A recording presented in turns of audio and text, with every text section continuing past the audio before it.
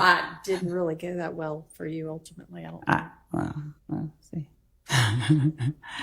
You'll see. And we are back, and we are back.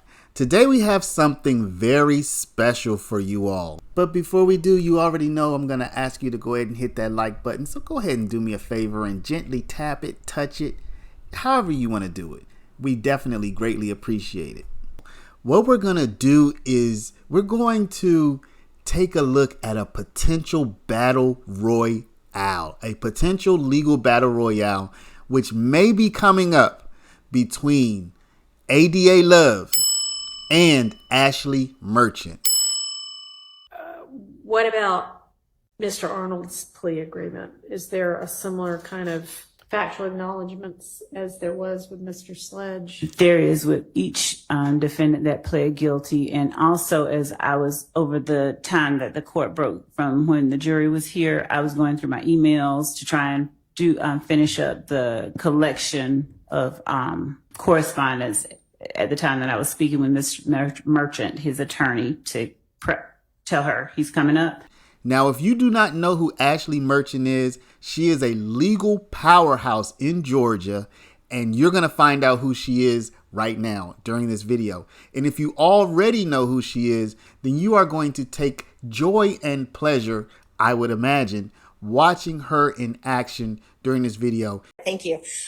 Judge, just for the record, is it criminal contempt that you held him in? Yes, ma'am.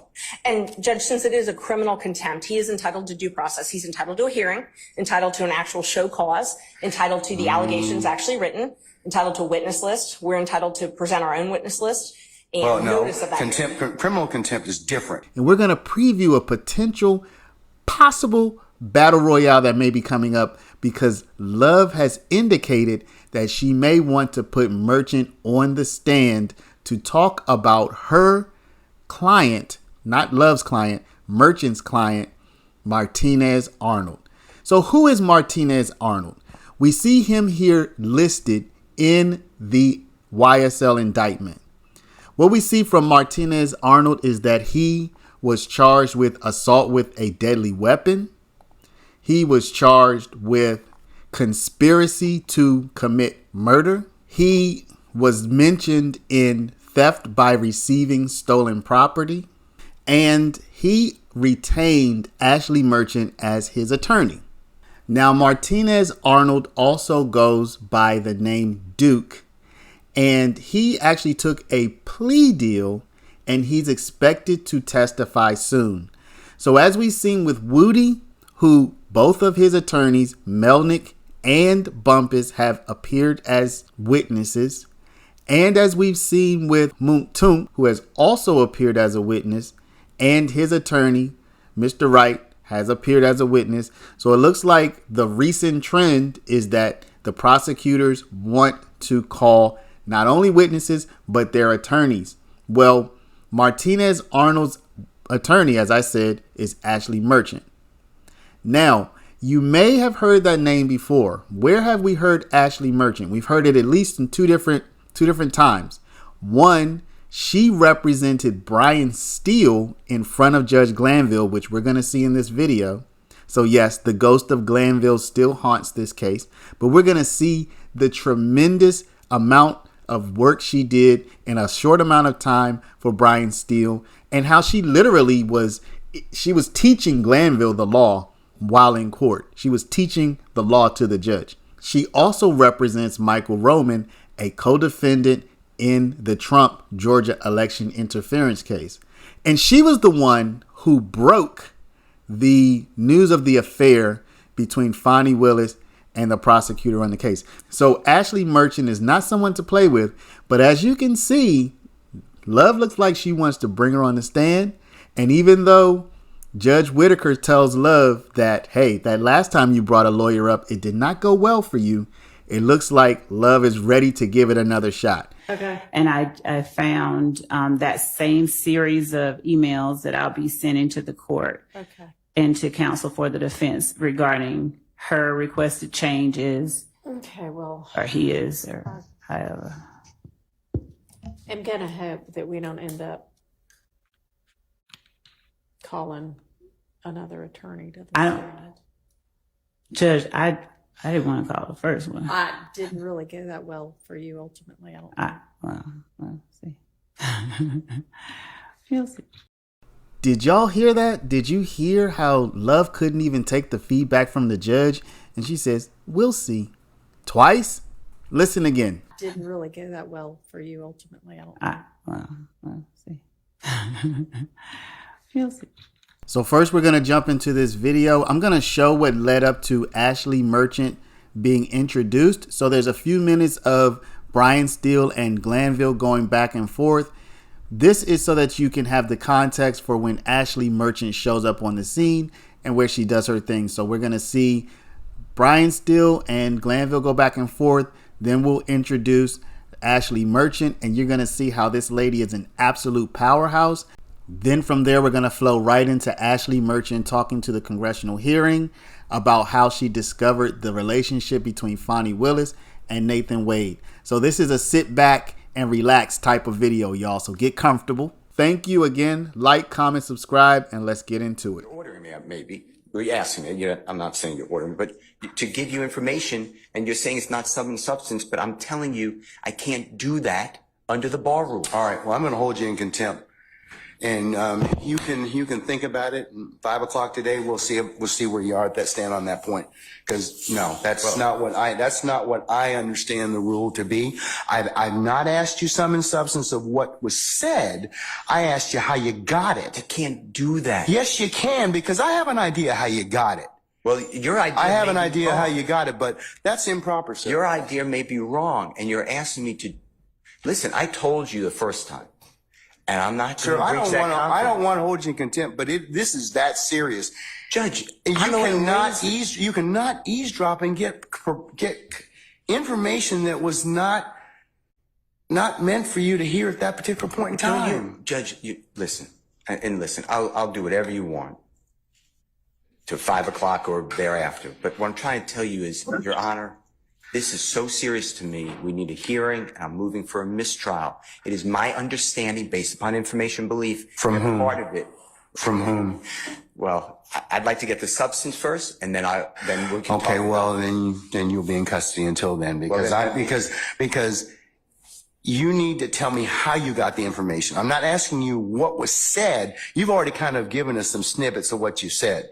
That tells me that somebody parroted that information to you. So, But you're assuming something because I told you already. well, then, other than Answer if that you on the were sitting, attorney-client. unless you were sitting in there with a recorder or Miss Love or Miss Hilton, or one of the deputies gave you that information, or Miss Weaver shot you a rough copy of the transcript, there's only one other person that's left.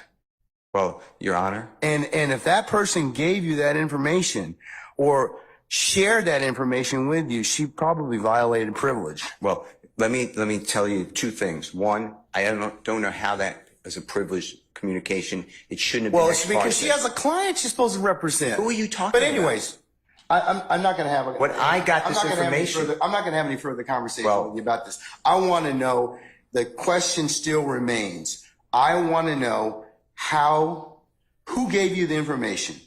I'd like to know what information happened outside our presence. That's All right. really it. He can go into custody at this point in I time. think that the court needs to again declare a mistrial based upon. Okay, and I'm going to deny your Right. I'm going to deny your motion. I'm going to deny your motion. I for understand that mistrial. you spoke with a And when- witness outside of our presence. And whenever, yes, I had an ex parte conversation, which is appropriate. And you influenced the witness based upon information belief, and I'd like to have that all on the record. All right. I mean, I don't know why that's so hard to do. If nothing Okay. happened bad, that's fine. But you're acting like, tell me who it is and don't talk about the substance. Why can't we have an issue that was outside of presence? It should not have been. Because you got some information that you shouldn't have gotten. Why? Well, that's for another day. But why? Okay, Why that's for did we another exclude day. in the first place? I didn't know about this stuff. That's for another day. So- I raised it as soon as we found out about it. Well, I gave you the case I'm relying on. I assume you read it. If you didn't read it, you should read it. It's a material part, a critical part of the case. When a judge speaks with a witness outside the presence of the accused, the court has said it's right there in Division 2. okay. That is a material or critical part of the case, and it's an automatic reversal. Mr. Steele. But you're acting like it's Mr. Steele, private. that is not when That is not the case when somebody discloses information in a ex parte conversation that one of the parties lawfully asked me to hold. You're not supposed to have communication with a witness who's been sworn. You know, that I'm not telling you, I'm just saying if you read I'm assuming you read it. That's what it says. And you did it supposedly. Does the state wish to be heard? You said it supposedly. Yes, Your Honor. And what I'm trying to get to is why did that happen outside of presence? And I need to have I'm respectfully requesting the transcript that you mentioned to be given to us so we could really understand it. And then anything that was not on the transcript, if anything, that we understand what happened outside our presence. Okay. And now you have put it where somehow I have to reveal, and I told you the first time, I'd be breaching 1.6. And I know you're assuming something. I don't think you're breaching 1.6. You can't hide behind 1.6. I'm not hiding behind anything. You can't hide behind, yeah, but the thing is, I think you got this information. Somebody disclosed it to you, and that's the only way you could have gotten it. What I got. Because unless you're sitting there, you're eavesdropping. So you can't use something ordinarily that you had no business getting to begin with, and then stand on, well, hey, we didn't give you the information, or that a party didn't give you the information.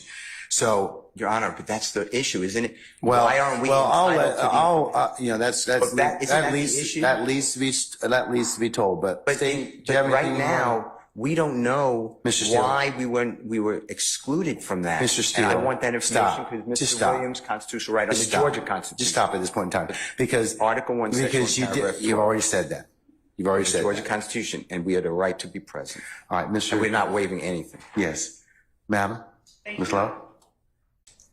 Okay, Mr. Steele, are you willing to tell me at this point in time who it is that disclosed this information to you?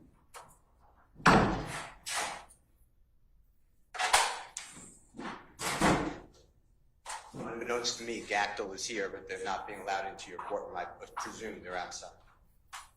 So I'll wait on them to come in. I'm asking you, sir, because the contempt is for you. It's not to the Georgia Association of Criminal Defense Lawyers. Well, I didn't call, but Okay, and that's, let me just finish. okay. Because you said to me that you figured out somebody told me this information, and you somehow said that it's privilege, which I can't imagine, or I eavesdrop. So to me, eavesdropping is a Title 16 crime. So they brought down lawyers. But they brought down lawyers. The lawyers are not allowed into your courtroom. No, we just, Or they're not in your courtroom. we just don't have any space, Mr. Steele. And plus, they're welcome to go to 8H. I mean, I told Sergeant Ingram that we can let in as many as we possibly can, that we'll fill up our benches at this point in time, that won't violate our security protocols, but that 8H is available. And 8H then has to have right to counsel because they're here, and I'm not going to. Do you have an attorney that's here for you, sir? Sure. Ashley Merchant is here. She's the president. Okay, all right. Well, we'll let Ms. Criminal Merchant in. defense. That's fine. Ashley Merchant. Yeah, Ashley Merchant. Ashley Merchant, yes. Right, Ashley Merchant is present. All right. Ms. Merchant, good to see you as usual. I have told your client, you represent Mr. Steele, is that correct? Yes. For the purposes of the contempt. I've entered the order. I've entered the contempt already. I'm entering the order. I'm about to enter the order. I've held him in contempt earlier from today's proceeding by him not telling me who it is he got this information from. I'm not asking him for any of the sum and substance of the communication. He's been disclosing that, however, and that's why I kind of want to know who told him that. So if he tells me who it is that disclosed that to him, he will be able to purge himself of that contempt, and he's done. That's the only thing I'm asking for at this point in time. If not, then as you well know, as a criminal contempt, there's no supersedeas bond, there's no appeal, and I'm going to put him in custody for this evening. And if he wishes to, which he can still purge if tonight, Keith Adams emails me or you email me and tell me, well, it was X. So I'm going to give him as much flexibility to purge himself of this contempt. Only thing I want is because of the way this information was disclosed, it is troubling to the court and is very, since it was a ex parte communication, we won't get into the merits of everything else that Mr. Steele has proffered and everything else, but that's the only thing I'm trying to do at this point in time. So I've asked your client for the last time if he would tell me who it is that disclosed that information. Judge, can you come up to the microphone? Sorry. Please. Where would you like this? Microphone, it'll pick up, madam. That'd be great. Thank you so much. Just for the record, Ashley Merchant. Which one? It'll turn green. Yeah, it'll turn green. Yes, ma'am. Is it on now? Yes. Okay, great. Thank you. Judge, just for the record, is the criminal contempt, is it criminal contempt that you held him in? Yes, ma'am. Okay, and you said you had a hearing earlier today. And with criminal contempt, I told him what the contempt was, and that was he refused to tell, order of the court. If counsel, as you know, if the court orders you to do something and you don't, that's criminal contempt. So I've asked him several times, please just tell me who it is that told you. I didn't ask or inquire about anything that was said. I just want to know who it was. Because he's got too much detail of this particular alleged conversation for the court to be concerned about it. So. And Judge, since it is a criminal contempt, he is entitled to due process. He's entitled to a hearing, entitled to an actual show cause, entitled to the allegations actually written, entitled to a witness list. We're entitled to present our own witness list. And notice of that. Criminal contempt is different. It is on the spot. So he's gotten the due process he's going to get. That's on the spot. I told him. Plus, he's had all day to tell me who it is that is it. So a little different, Ms. Merchant. I'm going to disagree with you, but well, and okay. Judge, just for the record, it's that's direct. So what you're holding him in is in direct criminal contempt. Yes. The issue with the direct criminal contempt is whether or not to actually hold a hearing now, whether or not it needs to be held immediately. And the problem is, if you hold him in direct criminal contempt, as you're saying that you did, you are a witness to that proceeding. And so it has to be referred to another judge. Doesn't require recusal. You actually have to sua sponte send it to another judge because you are a witness to the proceeding. Show me the case law that says that, Ms. Yes, Merchant. it is Henry McClarty. It's 152 Georgia App 399. And it says that is one of the cases. Also, two other cases, Henry Adams, 215 Georgia App 372. Well, 1 second. Give me the name of the first case again. Henry what? Do you want just the number, Judge? Yeah, I would. Thank you. 215 215 Georgia App Georgia App. 372. Okay. Also 215 Georgia App 349. Okay. That's Adams and Hasty. All right. Let me take a look at those.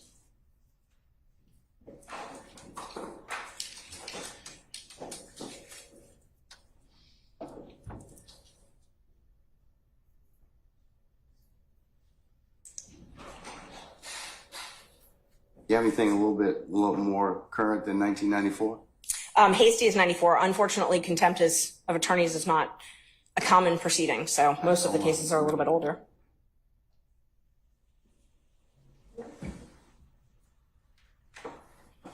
But I do have other cases.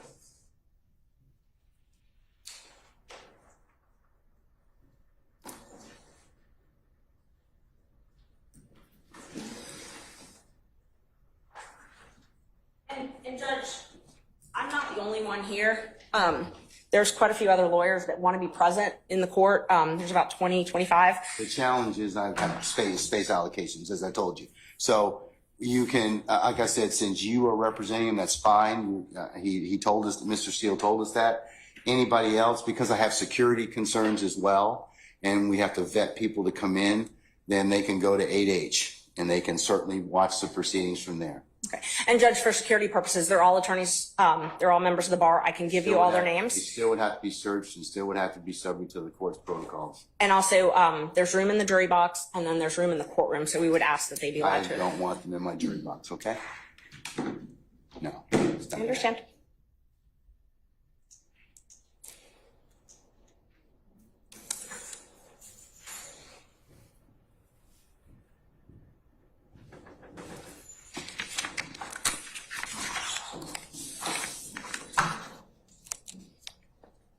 May one additional attorney come in, then Alex Susar.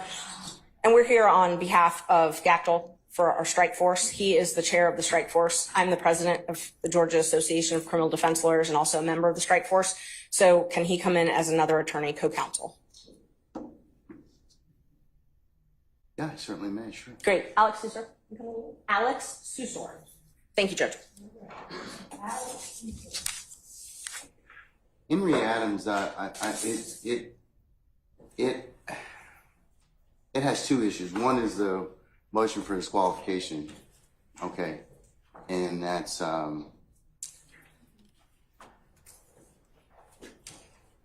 I think the judge went ahead and did some other things that caused there to be that issue presented. So I don't think Adam. I'm gonna take a look at the other case. That was Henry Adams. That was 215 Georgia 372. I'm gonna Yes. look at the other case just a second. And there's several others when you're ready. Hasty's conduct didn't rise to a level that necessitates warrant summary contempt by the court. That's the difference with Hasty than in this particular case. So And I distinguish your two cases that you've given me thus far. oh, those were only the initial two. I had a couple others. Okay, go ahead. As well. Yes. So Ramirez versus State, it's 279 Georgia 13, 2005. It also You said 279 Georgia what? I'm sorry? Georgia 13. Georgia 13? It's a 2005 case, right. and it defines direct contempt and explains that it must actually interfere with the proceedings to be direct. There's also a couple other cases on that.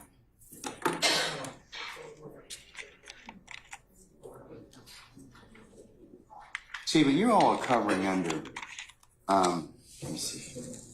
I'm sorry, Judge? Hold on.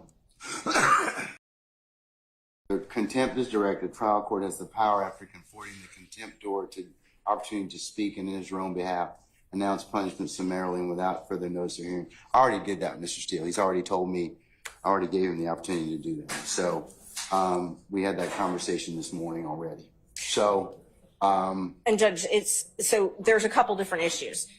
First, the question is whether or not you need to have that hearing now. I know you're saying that you had the hearing earlier, but regardless, he was entitled to have an attorney at that point, and he didn't have one. So the question is initially whether or not you even need to hear this now. And some of the cases I've cited, along with some others, say that a summary proceeding is not necessary in a case like this. And the best evidence of that is the trial has continued. It has not stopped this trial. So for you to hold a summary hearing of direct contempt, the court has to be able to state how this interferes with your ability to administer justice in this case. I can tell you because it is a violation of the sacrosanct nature of the court's ability to hold ex parte conversations without those being broadcast to other people, and as to how that information was disclosed, that's a real problem. That's why it's of such an issue for the court at this point in time. Judge, and Mr. Steele has a right to make a motion like this. If there were ex parte, He does. I'm not saying anything, but but he's kind of put himself in the particular position he's in. No, Judge, I don't agree. I'm gonna disagree with you, okay? I believe that the court has put him in that position. No. He cannot be held in the law states, McClarity, which I cited to you earlier. And it's true that direct summary contempt, which arises in the presence of the court, intends to scandalize it and or hinder or obstruct the orderly process of the administration of justice. The preservation of order and decorum of the court is exempt from due process requirements of notice and hearing. That's even Moody, goes back to 1974. So I believe that Mr. Steele's, he can file whatever motions, but his particular actions in this case, I just want to know who told him this. That's all. I'm not asking him to release or otherwise tell any conversations, but I just want him to tell me that. And Judge, so that's what you want, but that does not conflate to a contempt. Your desire for him to answer your question does not mean that you have the power to hold him in contempt. So you can come into court, Mr. Merton, and not answer a question of the court and not be held in contempt? If it's a question that the court is not permitted to ask, yes. Okay, well, this this is a question the court's permitted to ask. And it's our position, if we had a hearing, we could explain to the court why he is not required. First of all, the court accused him of eavesdropping. That is a crime. He has a Fifth Amendment privilege against answering those questions. Rule 1.6 protects all confidential information that is gained not from your client, but in representation of your client.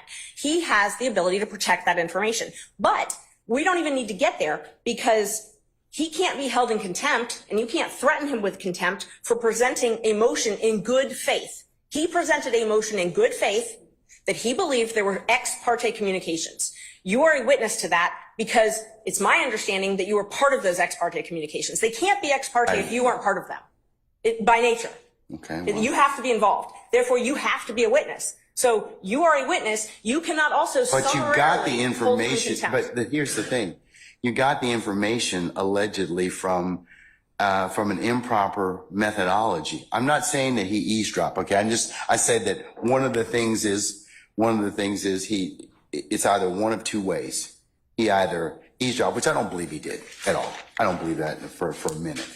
But I do believe that somebody did tell him what was the sum and substance of the court's conversations, and that would not be permissible.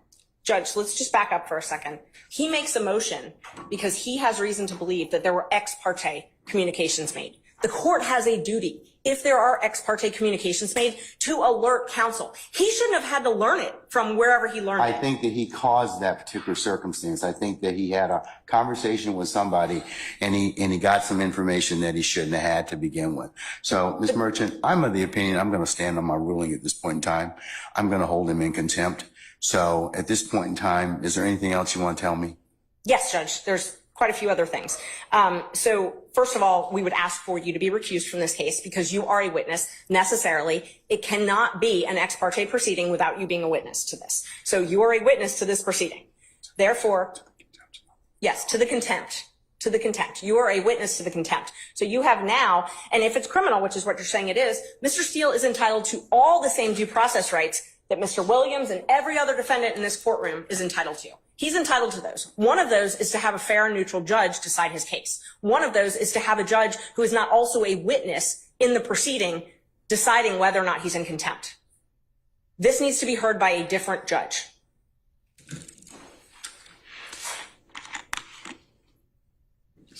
And he has the right to subpoena witnesses. He has the right to an attorney. He has the right to due process, notice, a show cause hearing, notice of the alleged violation, whatever rule it is that that the court believes, and a hearing where he can call you as a witness. You can testify. You are necessarily a witness. You can't, for it to be ex parte, you have to be a witness. It can't be both ways.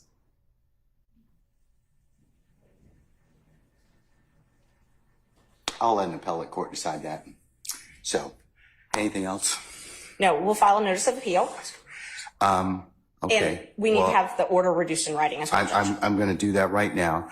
I will state for the record at this point in time that Mr. Steele has in fact, or has filed, and I will note this as part for the record in this case.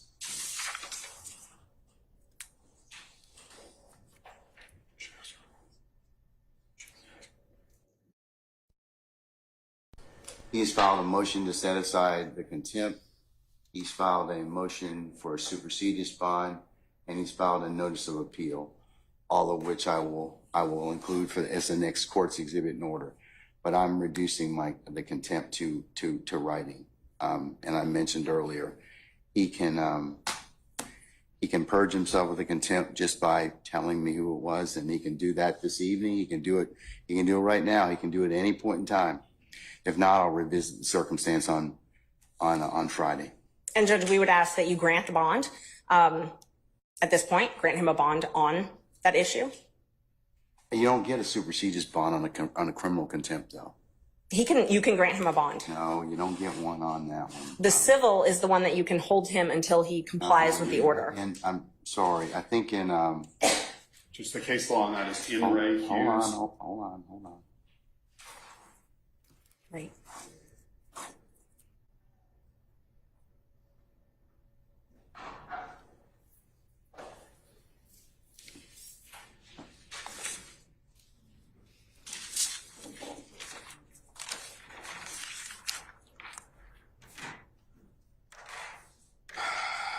The supersedes bond requirement does not apply in the contempt in the presence of the court during the progress of a proceeding, OCGA 5-6-13 Bravo. So you don't get a supersedious on that, on a criminal contempt, respectfully. So Judge, just to clarify, it's your ruling that this is a criminal contempt that Mr. Steele has committed, not a civil indirect contempt. That's correct. The judge, and that's the reason I'm asking is because the In re Hughes case, which is a 2009 Court of Appeals case, 268, Georgia Appeals 66, lays out the distinction, as does the Ramirez case. There's a case that, in fact, I'll do you one better, sir. In fact, there is a recent pronouncement out of our appellate courts. Which is, I think I'm addressing a slightly different point of It law. is. Hold on. One second.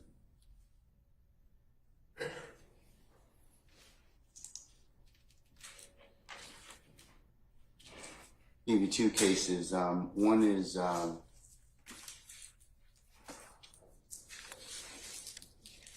it's Untema. It's UNTEMA versus Smith, and that's 371 Georgia Appeals 19.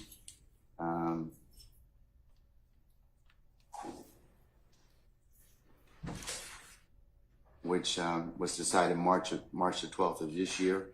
It covers the differences between the types of contempt. And then there's another case that I'd invite your attention to, and that is Henry Syverson. It's SYVERTSON, and that is 368 Georgia Appeals, Georgia App, I should say, 865. And that was decided July 31st of last year. And Judge, I'd just like to point two things out. The statute that you were citing about the supersedious, it only says it's not mandatory. You still have discretion to grant him a supersedious bond. The other, I'm not going to grant him a supersedious bond. and so you definitely have the discretion to grant him a supersedious bond. The other issue is if it is a criminal contempt and you are finding him guilty of criminal contempt, then we have to have a sentence imposed. Now, civil is where you get to hold him until he complies. No, criminal is where you get to impose a sentence, maximum 20 days and a $1,000 fine.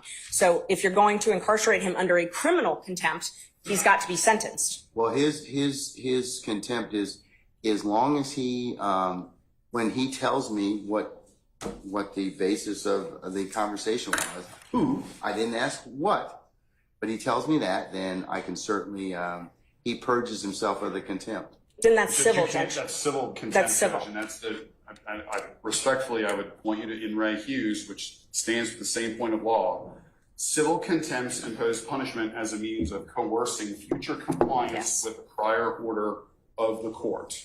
Here, the prior order of the court presumably is that you have directed Mr. Steele to answer the question, to disclose the information as to who is his source for knowledge of this ex parte meeting that occurred earlier today.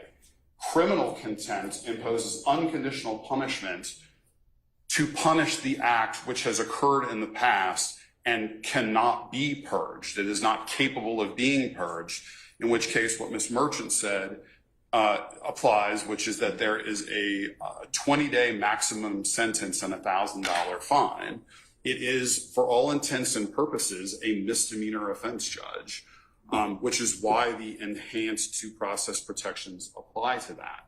Now, Mr. Steele has indicated to us he does not believe that he can answer the question without violating his duty of loyalty and duty of confidentiality to his client. So he is being placed in a position where he's either going to jail or he's going to commit an offense that will put his license to practice law at risk. And that is an untenable position to be in. And Mr. Steele is a zealous advocate for his client, and he is simply trying to protect that duty of loyalty and duty of confidentiality, because if he answers your question, it is very reasonable to assume and likely that he will be facing a bar complaint that could result in a suspension or, in the loss of his license. And so he's in a very, very difficult position where if we were able to have a full contested hearing with the benefit of witnesses and an impartial judge where you're a witness, then everybody could present their side of the story. And I'm not doing that. The reason being is because that takes away the whole point of criminal contempt. And that is, you do something, the court tells you to do something, order of the court, and you don't follow it. I didn't ask him to do anything illegal, immoral, unethical. I just asked him to tell me. I know what the privilege is. The privilege is the conversation. I didn't ask him about that. I wanted to ask him about who, the person, okay, I'm sorry. Sorry, Mr. Steele has indicated to us that he does not believe he can answer that question without also violating the privilege. Okay. And Judge, that's why we're trying to figure out if it's criminal versus civil. So the issue is you're picking and choosing. You're saying, well, you get the bad side of criminal and no bond, but I really am actually trying to punish you civilly, which is when you hold someone until they comply. Okay, let me think about it just a second, okay? I'm going to take 5 minutes out. I'm going to think about it. Thank you. Okay, all right. All right. Thank you, sir. Okay, Mr. Schuster as well. All right, counsel, I've made a clarification to the order of contempt. Mr. Steele, I am going to still hold you in summary criminal contempt pursuant to OCGA 15-1-3, subpart 3, for your failure to comply with my earlier order today. I'm going to order that you be taken into custody, incarcerated in the Fulton County Jail for no more than 20 days for this contempt. Those 20 days consisting of every weekend for the next 10 weekends. And you'll be reporting to 901 Wright Street Northwest, Atlanta, Georgia, 30318 at 7 p.m. on Fridays. And you'll be released on 7 p.m. on Sundays. And it's to commence this Friday, June the 14th at 7 p.m. and not to end until Sunday, August the 18th at 2024 at 7 p.m., subject to further order of this court. And that will be entered and e-filed, and you may take whatever steps you and your counsel deem appropriate after that. Okay? Can I ask a question? Sure. I'm going to file a notice of appeal, but for whatever reason that doesn't take, and you don't give a bond, then I'd ask that I can be with Mr. Williams and we work on our case all weekend, for all those weekends. Otherwise, I can't prepare. I speak with Mr. Williams all the time. That's up to you, and sir. I will, sir. If that comes to pass, you have my support. I will talk with our sheriff, and we may be able to make that work. Okay. It's basically anybody who is doing business or seeking to do business with Fulton County. Okay. So, and it's one of those. That would include Mr. Wade, obviously, then? Oh, definitely. Okay. And that makes sense because that's one of those provisions that's supposed to, be guarding against honest services. Like anti-kickback statute. That's exactly what Hire it's based on. somebody as a vendor and they give you gifts in exchange. Yes. And so they require that you disclose that every year. It's signed under oath. You have to file it with Fulton County. So how'd you learn about this relationship between Mr. Wade? I think this has been acknowledged now by both parties, correct? It has, yes. It's a dispute as to when it began, but it's acknowledged that they had or I don't know if they still do, but at least had a romantic relationship. Yes, that's How'd you figure that out? How'd you find out? So at first, I knew Mr. Wade and I knew Miss Willis, and a lot of people in the community were a little surprised to see Nathan, Mr. Wade handling this case. It was just, a lot of people said that, and so a lot of people were talking about that, and it was kind of surprising because it's not really, he does a lot of law practice, but this isn't what you would imagine him doing. Did you ever see him have other billings? I mean, how do you have time to represent anybody else when he's billing, 24 hours a day to Fulton County? He had other people working for him. Like he had a law student working for him for a while, and then he had a first-year associate. So I'm assuming that they would probably do whatever other work he had. Did you ever look at his calendar? Did you have access to that to see if it matched up? No, I didn't have access to his calendar, and I didn't have access to their text messages. I mean, I was able to get his geolocation data through subpoena, but the one thing that really struck me is if I was accused of something and I was saying I didn't do it, I would download my phone. They have a system. It's called Celebrate, and Fulton County pays for it. City of Atlanta pays for it. It's literally a system that you can hook your phone into. I have an investigator that has it, and I have my clients do it all the time. You hook your phone up, and it can find deleted text. It can find everything, and you can limit it. You can say, I only want texts with this person. So if I was being accused of having an affair with someone, and I said it didn't start until April, and someone else said it started in October, the easiest thing to do is to, download that phone. And for privacy concerns, you can file it under seal, but you could easily narrow it down and say, I want this timeline. I want all of our texts from, November 2021, and it would easily tell whether or not they were romantic in nature. Before I leave the billing issues, did you ever compare Floyd and Cross's bills to Wade's to see if they were meeting together, like there was that meeting with teams or what? Were they billing for the same meetings as well? So I looked at that.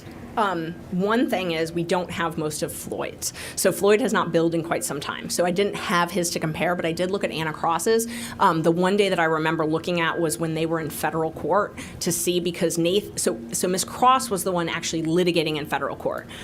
But Mr. Wade was sitting there with them at counsel table, and they both billed for that. I wanted to see if he billed for time that he was sitting in court waiting, because I know in Cobb County, for example, with appointed work, if we're sitting in court waiting, we can't bill unless we're actually doing something. Like, they won't pay for two people to sit there. And so I wanted to look at that. But they were both there in court that day.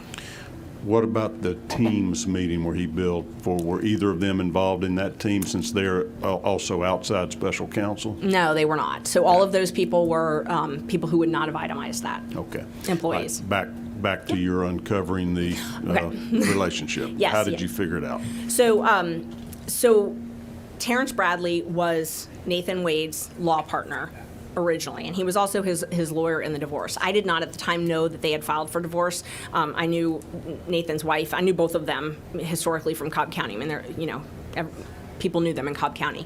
Mr. Bradley actually called me after an article. We were looking into the financial irregularities. We're looking into how much money had been paid, because everybody in the case was kind of like, what, why do you have special counsel? Case? On this case, yeah. Like, was why Bradley still a partner with Wade at that time? He was not. There was testimony that their partnership ended in summer of 2023. So it had just ended, is my understanding.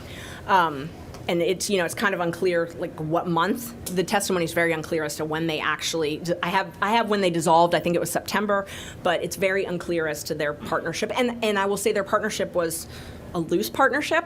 They had a partnership with the bar, but they all had separate legal entities. So each of them were filed as the law office of Terrence Bradley, law office of Nathan Wade. They had some joint bank accounts, but then they had some separate bank accounts. So I don't really know the exact structure. It was a very loose type of organization. But they were working together. And so Terrence actually called me. He had seen an article where I had done open records with another lawyer, Manny Aurora, and we had uncovered how much money everybody had made. The news had gotten wind of that, and I later learned that the news had open records to get all of my open records. So every time I would get something, the news would get it, because I wondered how that happened. But so that somebody published that, and I had done some more open records. And Ms. Willis actually called Mr. Bradley when I did these open records and said, they're looking into us. And he called me because he was worried about it. And so we had a conversation, and he actually asked me, do I need a lawyer? What's going on? What are you investigating? What's the parameters of this? And we had a conversation, and I said, well, my interests are different than yours. I represent Mr. Roman, so I can't advise you. That would be a conflict. He asked if John, my husband, could, and I said, no, that's a conflict too. If you feel like you need somebody, you need to talk to someone else. At the time, that was early in September. I had court in Cobb County, and I ran into Mr. Bradley. I was in Judge Harris's courtroom. I think it was either September 11th or 13th.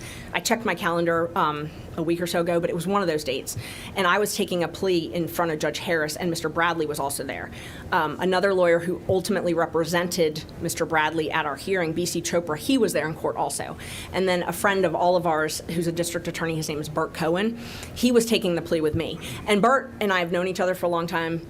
Terrence, BC, everybody's known each other for a long time. We were all sitting in a conference room attached to that courtroom, waiting for the pleas, chit-chatting, took the plea, went back in, and Mr. Bradley essentially went through the whole thing and said, well, this is what's really happening.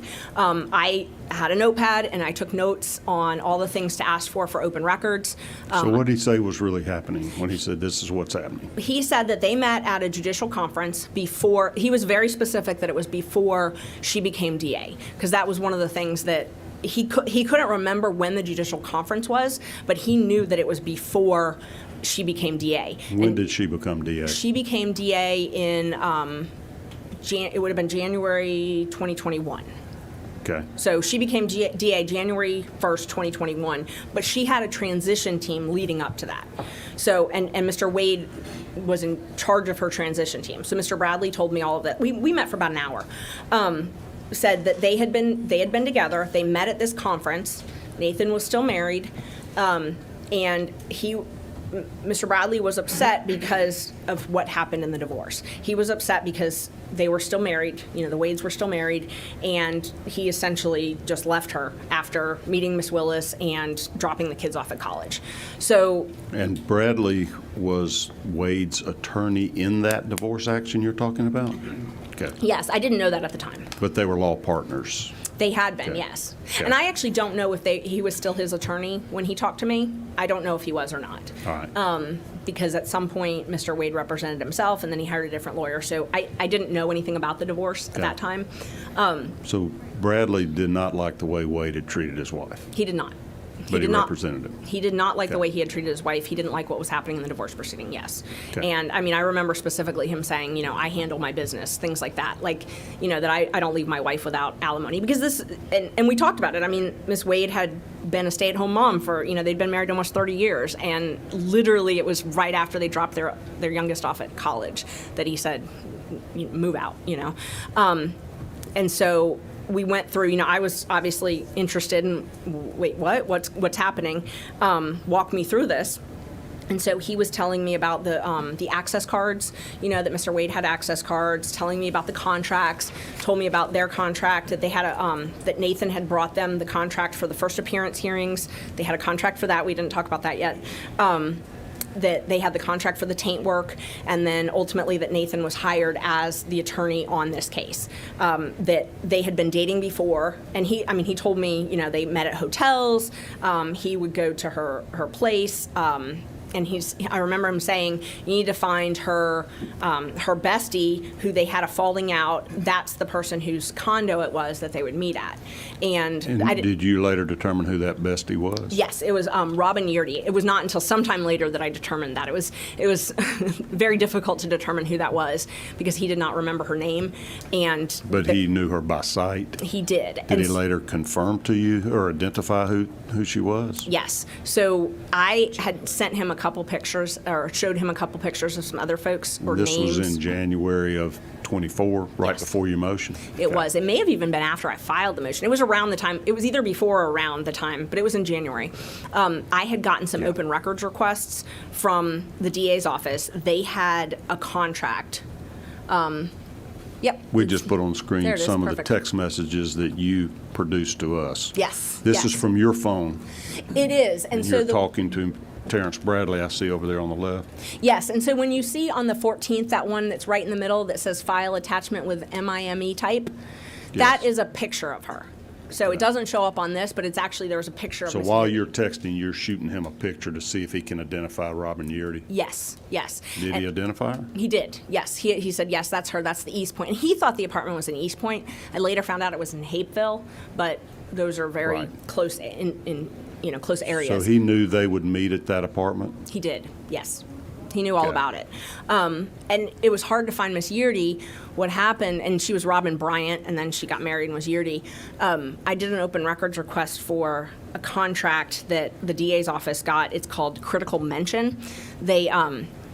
She has I guess he's an attorney, but he's sort of in charge of communications. His name is Jeff DeSantis. He right after Ms. Willis had opened the investigation in this case, that same week, he contracted a company called Critical Mention, which is a media monitoring company. They put a dollar figure basically on your media presence, and they give you these analytical reports. And they say, hey, you did great on MSNBC. That's $1 million worth of, stuff for your brand. The Fonnie Willis brand is doing well, or this phrase is doing well, things like that. She had an employee in her office that was responsible for promoting her image, her publicity. She had a publicly funded contract for this. So Jeff DeSantis contracted or called this company, and it's in the emails. I think I provided those as well, but contacted Critical Mention and said, we need to hire you to do media monitoring. And it was the same week that she had sent the letter to Raffensperger and Kemp about this case. Said, we need to have a contract to do media monitoring. Got $10,000 approved, paid $10,000 for a year contract for an annual contract. Who approved that? Jeff DeSantis' emails said the county approved it, and his emails indicated that it was hard to get approved, that he had to really push, I think is what he said. There's some language to that, but the county paid for it. Do other DAs do that? I'd never even heard of media monitoring. I didn't even know it existed. No. It was very shocking. But so I got some of the emails about this media monitoring. So I did open records, and again, once I got them, they shut me down and wouldn't give me anything else. But so these emails have attachments, they're PDFs, and you can see in the emails the hyperlink to them where you can actually see the analytical reports. That's what I wanted to get, and obviously nobody would give those to me.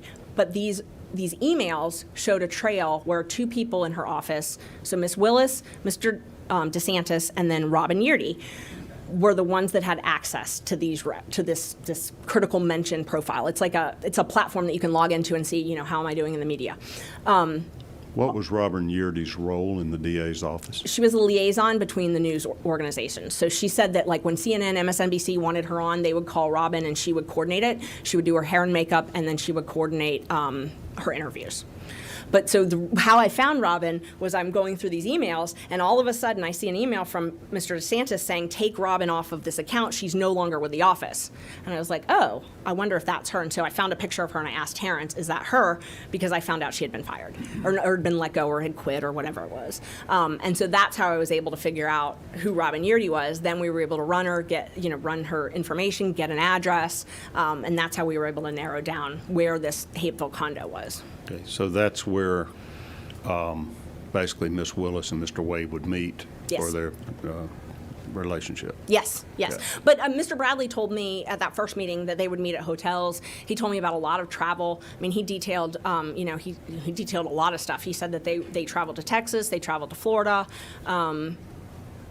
just, a lot of different travel. He said Belize, he specifically said Belize, a cruise, the Bahamas, things like that. And you were later able to verify that through other subpoenas or open records requests or whatever? Yes, I was. I was able to, I subpoenaed bank records, I subpoenaed credit card records, and then I actually subpoenaed the travel agencies that Mr. Wade used for some of those trips.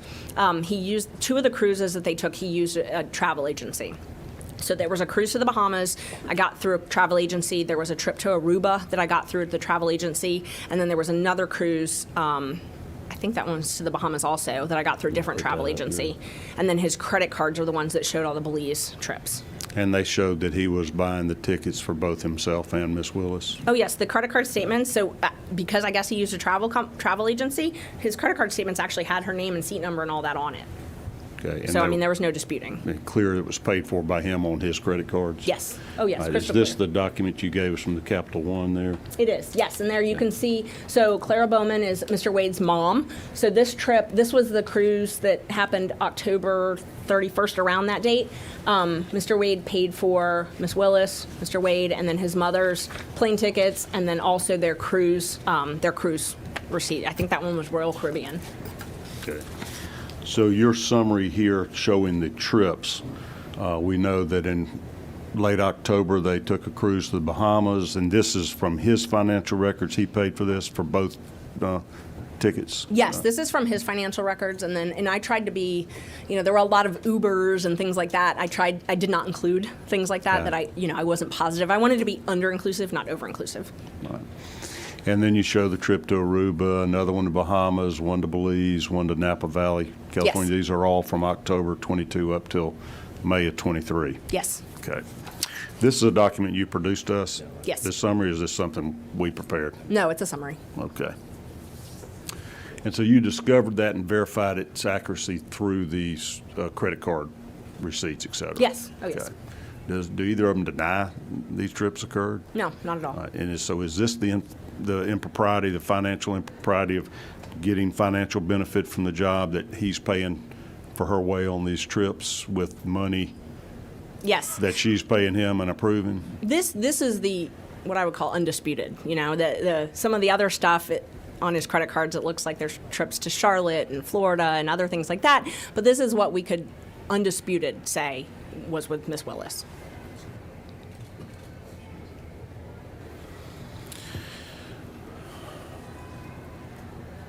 So back to you're a good investigative reporter here. So you have heard these rumors, and now Mr. Bradley, just by almost happenstance, you're with him in court. Yes. And he spills the beans on it and verifies it. Then you go get the documents to prove it's accurate. Yes. And you identify Yearty, get him to say, yeah, that's the woman whose condominium they would go to? Yes. Okay. And you know, I developed it, you joke about my investigative skills. I've done public defense most of my career, you know, at some point or another, or pro bono. It's hard to get money for investigators, so I've learned how to do a lot of it on my own. And, you know, I dig a lot on things. So, and I do like to use the Open Records Act, so I was able to do that and get a lot of information. But what I did was I compiled all of the information Mr. Bradley gave me, and then I did various open records requests based on it. And then, you know, once I would get something, I would reach out to him to verify, because I wanted to make sure that I wasn't tracking anything that was wrong. Yeah. You know, I didn't want to make any allegations that didn't have support. So I would regularly verify with him. And I'd see him in court. We talked on the phone several times. I wasn't the only person that he told about this. There was another attorney on the case, Manny Aurora, who his client ultimately pled out, so he didn't continue this investigation, but he was involved in the investigation early on. And Mr. Bradley told him some of the same things that he told me. So, you know, I was able to independently verify a lot of things, which to me, investigating is important. I did want to go into these trips. How much thought- was wait. the money? Go ahead. Thank you. Was that a question? Because I'd like to respond if it is. Yes. Okay. I took notes because there were a couple different questions in there. So the first one, you said about how much money. So Ms. Willis had stated that it would be between $3 or $4 million to actually pay Mr. Wade completely to prosecute this case. So you'd be able to hire a number of prosecutors. Some of them do come and go, but most of the prosecutors we've seen on this case have been there since the beginning. So, you know, unfortunately, these cases take time, so people may leave. You also asked me about that this money was delegated for this, and I just wanted to make sure that my testimony was accurate. This money was never delegated for this. The county did not ever delegate this. The county was not involved in that at all. Ms. Willis is the one that decided, and there's no budget. There's no transparency at all on this. She does the contract with him, and I believe you showed those contracts. So in that sense, is delegated to him, because that contract can end at any time. She could say, hey, the contract, because he works at her pleasure. Oh, yes. So that contract can actually end at any time. That Yes. would be the point. Yes. On the trips, how much total were the trips? About $20,000. And I think it was about 17,059. But even if we say 20,000, what was the average cost of each one of those trips? I don't know. Well, You know, unfortunately, they did not provide all of the records, so I can't tell you exactly. All I can tell you is what Mr. Wade charged on his credit cards. I can't tell you. Most of it was paid in cash, so there's no record. So I wish I could tell you, but going by your slide, one was 3,335, one was 4,453. which one? Hold on, I want to make sure I'm clear on each. You had 6 trips. Okay, but which trip are you talking? Well, you said one is 3,000 something. I want to make sure I'm clear. Yeah, put it back up for me, please. Yeah. There we go. Okay. So the first one, Royal Caribbean, 3,335, Aruba, 4,453. And then we see the next one, and then the next 2. How would that compare? I mean, why is that so unusual on price points as far as trips are concerned? No, I mean, I don't think so. The Royal Caribbean, so I can tell you because I know these records really well. I mean, Royal Caribbean, I specifically kept out the money that he spent on his mom's cabin. So they had 2 cabins. His mom had a cabin. They had an oceanfront balcony. For the Bahamas, I think oceanfront balcony is probably, upper middle, but I don't know that it matters. Flew, comfort class, not unnormal for a lawyer. You know what maybe the average American spends on a vacation? Not this much. You don't think? No. Have you looked?